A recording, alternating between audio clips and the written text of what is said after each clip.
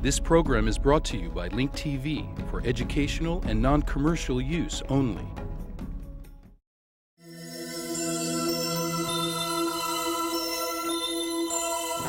Mosaic, a daily news program from Link TV, presents a selection of news reports from independent and state-controlled broadcasters from throughout the Middle East.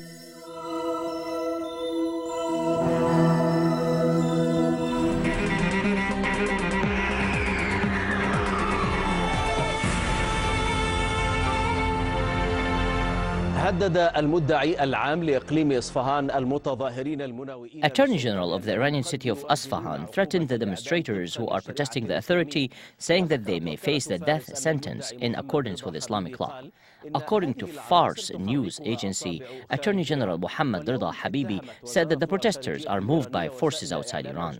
Today, Iran's foreign ministry accused foreign media of being biased towards the protesters and said that these enemies will be eliminated. The candidate who lost the Iranian presidential elections, Mir Hossein Mousavi, declared tomorrow, Thursday, as a national mourning day and a day for organizing protests and demonstrations.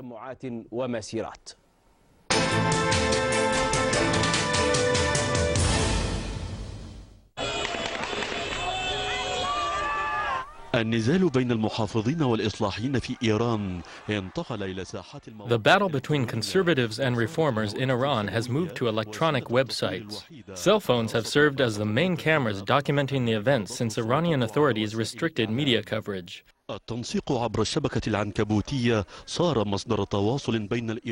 Coordination via internet has become the communication method between Iranian opposition organizers. The popular site Twitter is filled with posts expressing the tense relations between the two sides. It has become a center of recruitment and coordination of protesters. Most of the electronic messages on Twitter are in opposition to Ahmadinejad. However, some of Ahmadinejad's supporters have been trying to interfere with the flow of news on the website. Many of these posts called on people not to listen to official Iranian media, demanding that the images they send be published. Since it was announced that foreign journalists were banned from covering the events in Iran, major media corporations became more dependent on Twitter as a way to get Iranian news. These media corporations asked Iranians about their ideas and the situation in the country. They want to know if the demonstrations will change the course of events in Iran in the long run. The answers to these questions became an important part of covering the events in Iran. The U.S. State Department asked Twitter, a private company, to provide them with summaries of recent posts and to postpone the scheduled website maintenance. Originally, the website was supposed to be closed for the rest of this week for maintenance. The objective of this move is to give an opportunity to the opposition in Iran to use the website as a means of communication. Iranians relied less on Facebook because it was already banned by the Iranian authorities 2 weeks before the elections. YouTube has broadcasted video images of demonstrations and injuries sustained by the protests. This has compelled the website to restrict some of the video images from being published, as they showed a great deal of graphic violence. Khaled Al-Kashif, Al-Arabiya.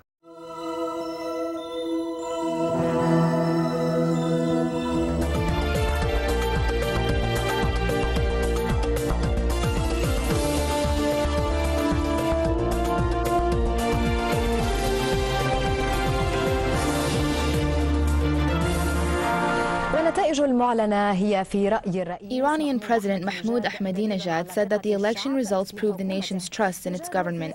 In his first post-election speech and after returning from Russia, Ahmadinejad said that his government has integrity and its main duty is to serve the nation. He added that more than 25 million Iranians have voiced their confidence in his government, which is operating on the principles of the Islamic Revolution. Meanwhile, the Iranian authorities decided to clamp down on foreign media trying to cover the protests. In addition, the authorities refused to grant visa extensions to foreign journalists working in Iran.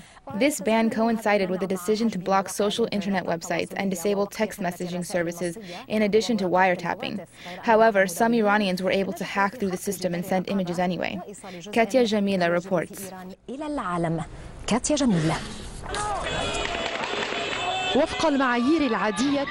Under normal circumstances, the quality of these images would be described as bad. These images were not captured by cameras but by mobile phones, with media outlets blaming the source for the poor quality. These images are the only way to cover the protests in Iran due to the ban on journalists and news service agencies. Iranians are using their mobile phones to capture images of the daily confrontations on the streets of Tehran. Once captured, these Iranians try to send images to the world, despite the ban on the use of social internet websites such as YouTube, Twitter, and Facebook. This mission would be impossible to accomplish if it wasn't for the help of expatriate Iranians, including Shahinaz, who is a student in the U.S. I think it's been very... I think what the bloggers are doing is great. If it wasn't for the social websites, we wouldn't be able to receive updates from Iran. By doing this, the bloggers are trying to turn the world's attention to the situation in Tehran, hour by hour. You know what Twitter is? With social websites becoming the main news outlet covering the events in Iran, the U.S. State Department asked Twitter to postpone a scheduled maintenance in order to keep the website open to Iranian bloggers.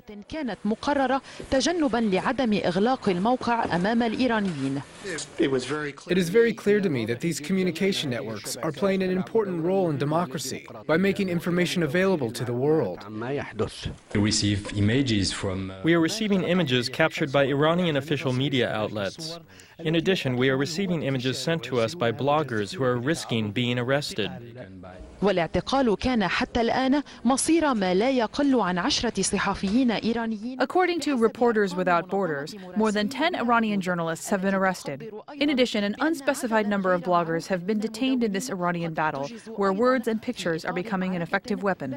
الكلمة والصورة فيها سلاحا لا يستهان به.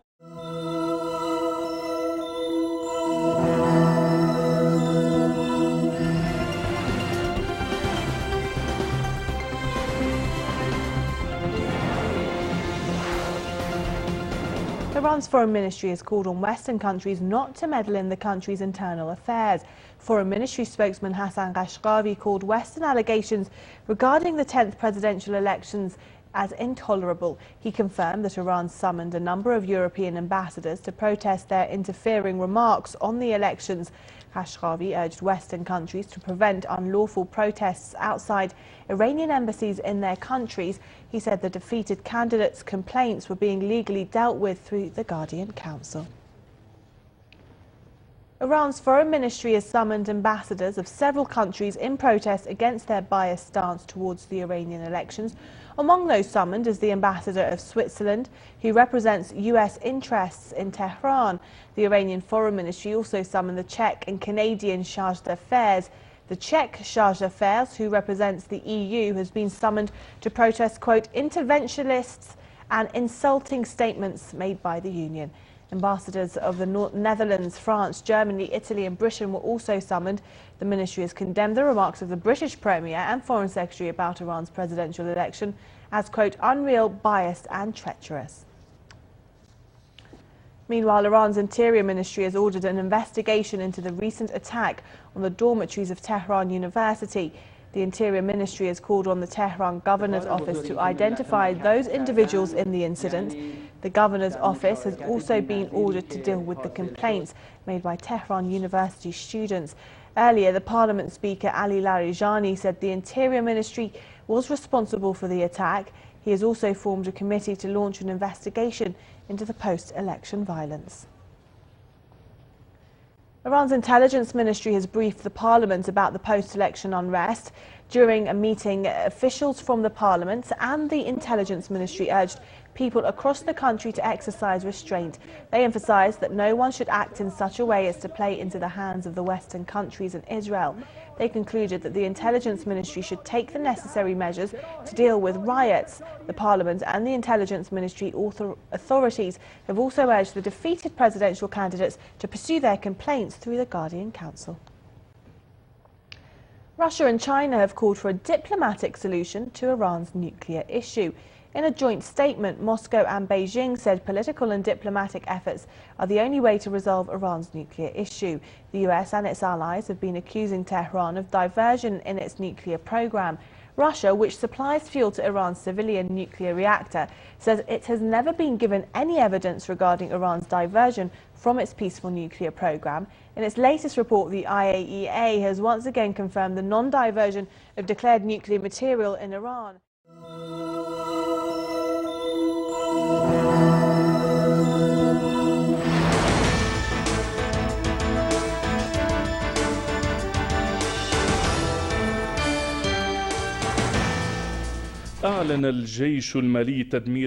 The Malian army has completely destroyed an al-Qaeda base north of the country, near the Algerian border. According to a Malian security source, several armed men were killed in the attack, which is the first such attack on al-Qaeda in the Islamic Maghreb. In addition, the army seized a large quantity of weapons and explosives. The source added that the operation was carried out in consultation with the Algerian authorities. In another unrelated development, our Al-Alam correspondent in Nouakchott said that Mauritania's ousted president, Sidi Weld Sheikh Abdallah, will resign to activate a new government deal if the coup leaders in the military council stand down. Meanwhile, the head of the Islamic National Rally for Reform and Development, Mohammed Jamil Weld Mansour, said he will run for president in the July 18th elections.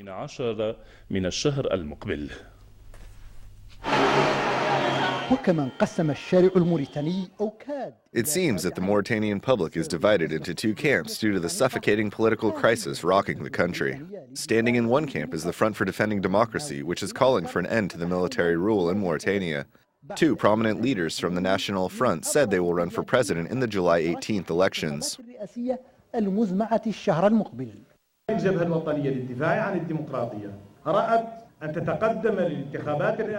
The National Front for Defending Democracy decided to run in the upcoming presidential elections.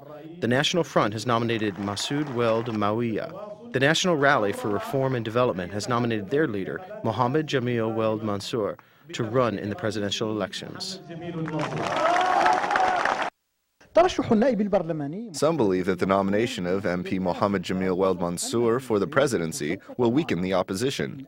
This news comes despite the fact that Mansour is often described as a charismatic leader who helped promote the views of the opposition. 42-year-old Mansour started his political career some 20 years ago. Mansour has been known for his opposing views against the policies of the former regime of Mawiya Weld Taya. He was also one of the main voices against the normalizing relations with the Israeli entity.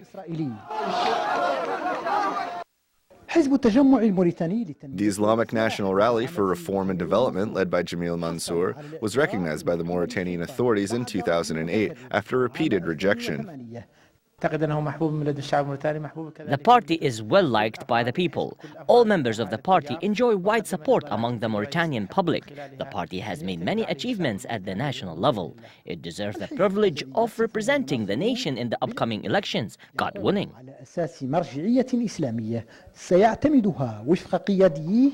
The Reform and Development Party, which is being described by its supporters as moderate, was founded on the principles of Islam. Its leaders confirmed they will apply such principles to their political program, which they intend to introduce in the upcoming elections. Good speech delivery, charisma, and political talent are some of the characteristics associated with the Islamist candidate, Mohammed Jamil Mansour. However, Mansour lacks what it takes to win the presidential race, namely money, tribal influence, and good rapport with the military institutions. Mohammed Abdullamani, Al-Alam, Nouakchott.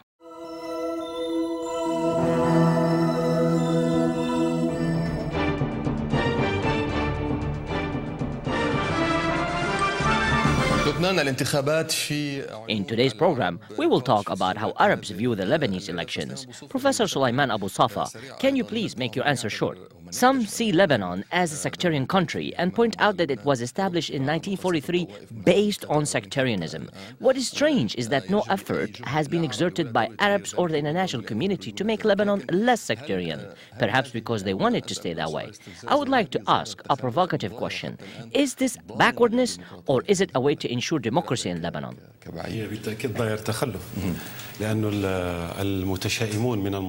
Of course this is backwardness. Political analysts who are pessimistic say that sectarianism has been labeled as democracy. They point out the struggle over power between Shiites, Sunnis, and Christians. Sometimes there are internal struggles among the Sunnis and the Shiites. Also in northern Africa, we have a struggle between the Amazigh and others. In Yemen, there's a struggle between the south and north, and so on. Aren't you oversimplifying? You said it is not always a sectarian struggle. There are political divisions among Shiites and Sunnis and even among Christians. This means that divisions are political, not sectarian.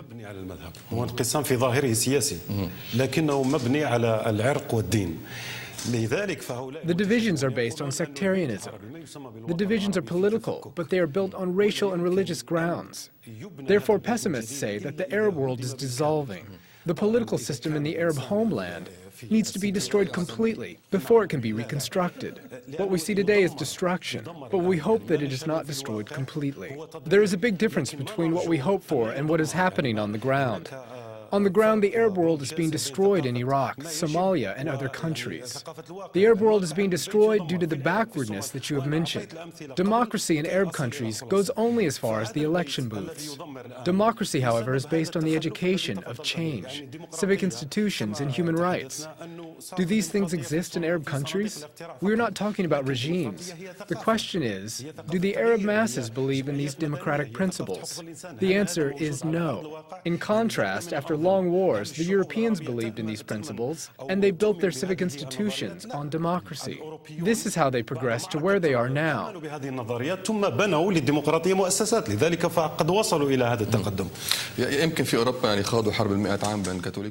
Europeans were also engulfed in 100 years of war between the Protestants and the Catholics before they supported this form of democracy. Professor Youssef Hassan, some believe that the Arab society is a sectarian in nature and that this is hidden under broader national Arab ideologies. Thus, sectarian groups are the natural products of Arab society. They are not foreign to Arab society.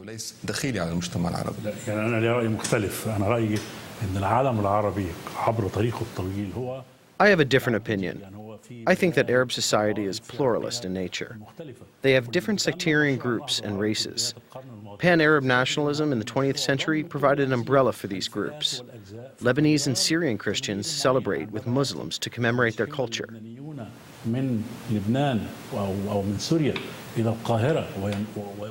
Different groups came to Egypt and showed interest in the projects, which fostered pan-Arab nationalism. There were disadvantages, but there were democratic experiences that helped to foster a true melting pot.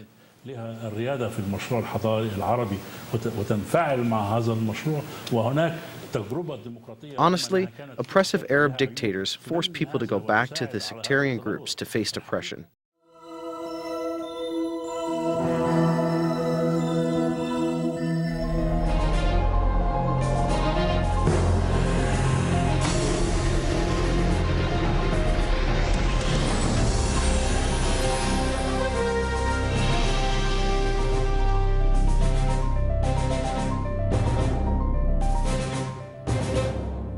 The former American President Jimmy Carter described the situation in the Gaza Strip as tragic and said that the crimes being committed against the rights of the population there should end. Carter, who visited the Gaza Strip yesterday, emphasized that the international community must continue to support the establishment of a Palestinian state. Our correspondent, Samir Abu Shamale, reports on the visit. بعد زيارته قبل 36 عاماً After his visit 36 years ago, the former American president, Jimmy Carter, has returned to Gaza for a second time under different political and security conditions through the northern Beit Hanun crossing. Carter began his visit by surveying the residential and industrial regions that were destroyed during the last Israeli war.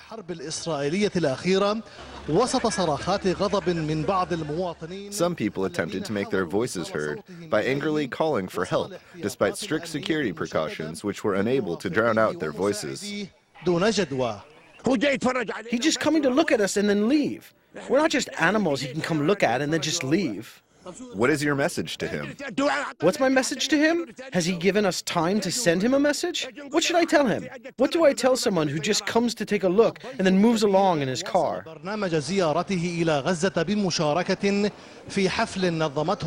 Former President Carter arrived to take part in a program that included a party organized by the International Relief Agency to distribute human rights awards to more than 150 students. In a speech he made during a rally, the former American president confirmed that the two-state solution is considered the fundamental solution to the outstanding conflict in the region, as he strongly criticized the siege imposed on the Strip. بالحصار المفروض على القطاع. Tragically, the majority of the international community disregards the voices calling for help. Meanwhile, the people of Gaza are treated like animals, not like human beings. المحطة الأبرز في هذه الزيارة كانت لقاءات منفصلة. The most important stops on this visit were separate meetings with the head of the government based in Gaza, Ismail Haniyeh, several of Hamas's leaders, and members of the Palestinian parliament. Carter met with Haniyeh in the presence of many victims of the last Israeli war and the families of Palestinian prisoners inside Israeli prisons to learn of their ongoing suffering. Haniyeh praised the role of the visiting guest, which confirms the need for the establishment of a completely sovereign Palestinian state. ضرورة قيام دولة فلسطينية كاملة السيادة. إذا ما كان هناك مشروع حقيقي We welcome any real projects aimed at solving the Palestinian issue. We will support a plan for a completely sovereign Palestinian state with rights for the Palestinians and Palestinian territory based on the June 4th, 1967 borders. فنحن نرحب بذلك. وتعكس زيارة كارتر إلى غزة. President Carter's visit to Gaza reflects the various points of view of international interest on the deteriorating humanitarian situation in the Gaza Strip since the last Israeli war and life under the ongoing siege. Samir Abu Shamale, Al Jazeera, Gaza, Palestine. غزة، فلسطين.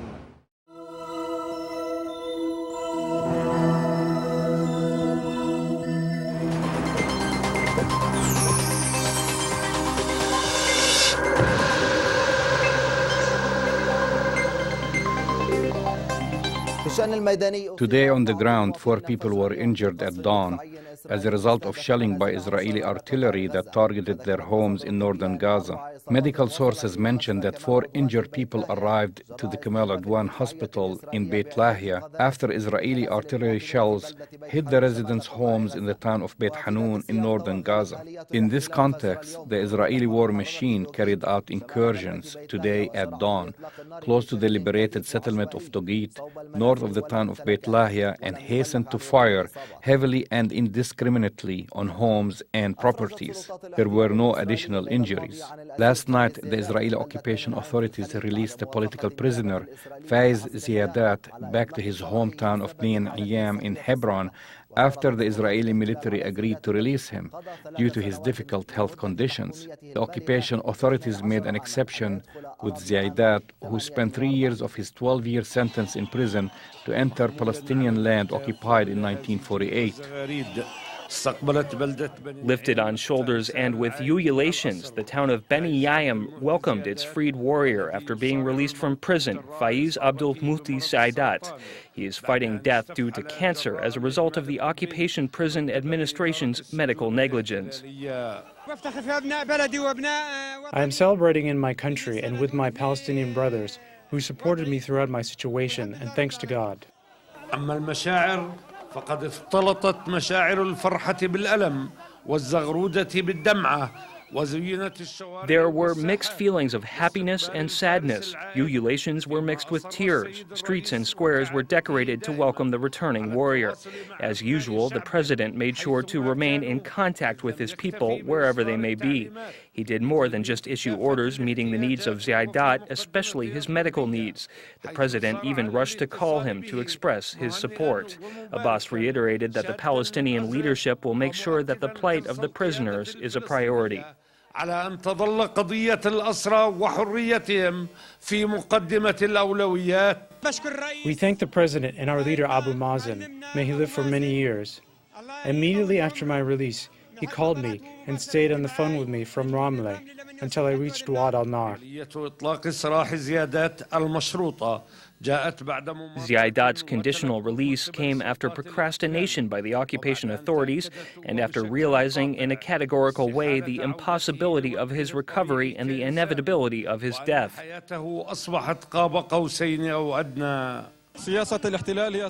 The occupation's policies are criminal policies, and they used methods of punishment even in the last moments before he was released. He was supposed to be released in the early morning, but the prison administration deliberately delayed his release until late in the night, so people could not welcome him.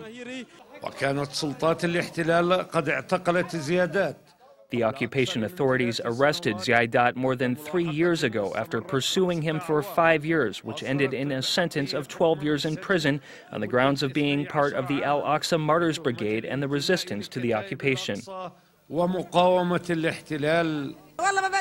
I didn't forget all the prisoners. I always send them letters. I also send letters to the Red Cross in all the countries for the sake of my son. May God bless all the prisoners. May God make you victorious. Thank God for the release of my brother. God willing, he will be healed quickly. We thank all those responsible, Abu Mazen and everyone who assisted in the release of my brother from prison. Ziadat was scheduled to move to Hussein Hospital in Beit Jala, which specializes in cancer, before being transferred to another hospital or medical center. Ziadat was released, and though he was sick, he hugged his children, leaving behind 10,000 prisoners in a small detention center. However, the large prison is where our people live under arrest and where we can become martyrs at any time. From the home of the freed prisoner Faiz Ziadat in the town of Beni Yayam, Salim Abu Salah, Palestine TV, Hebron. Get more news about the Middle East online at linktv.org/Mosaic. The Mosaic webpage offers a complete archive of Mosaic programs, program transcripts, the Mosaic video podcast, and the Mosaic Intelligence Report, a weekly analysis of the hottest stories from the Middle East. The views expressed on Mosaic are those of the participating broadcasters, not Link TV or its sponsors. The production of Mosaic is made possible with the support of viewers like you. Thank you.